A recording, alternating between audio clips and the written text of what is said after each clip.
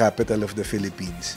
Bilang isa sa mga tinitingalang breeders, kayo naman po, sino tingin nyo dito sa buong Pilipinas ang isang breeder na tinitingala nyo rin or ina-idolize niyo na tingin niyo magaling na breeder?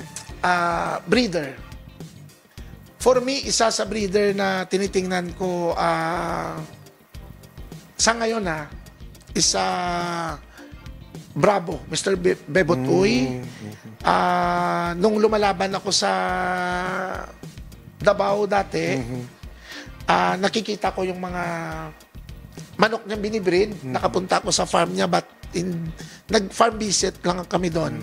Marami siyang mga bloodline na mga, kung sa baga mga old bloodline. Yes. Nakikita ko doon at ang linalaban nila. At nagpunta ako kay Mel Sims, nagpunta kami kay Mel Sims. Yung picture siya lang doon sa bahay ni Mel Sims. Parang ano na, silang dalawa talaga magkasama. Sila lang wala nang ibang picture na iba. Bravo lang. Siya, yan. Yun pala sabi ni Mel Sims is parang ninong niya yata.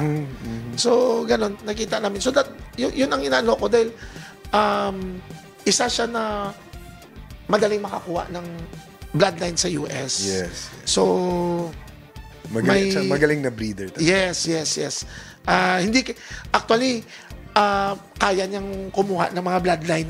So, naipon niya na rin ang mga maaayos na bloodline na gusto niyang kanya is, I'm sure is hobby lang yun niya. Yeah. Hobby lang yun. Sinasabi nga ng marami, Sir Dante, na si Mr. Bebot Uy daw, hindi mo na kailangan pumunta sa Amerika. Mas magaling ang bloodlines na minintay ni Sir Bebot. Wala na sa US eh.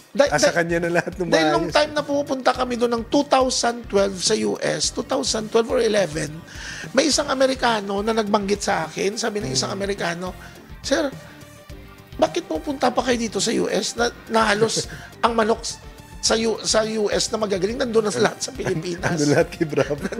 nandun na halos lahat sa Pilipinas. Kumalat na doon. So, he is one of the respected breeder. At tahimik lang. Nagkikita kami dati sa Davao, lumalaban.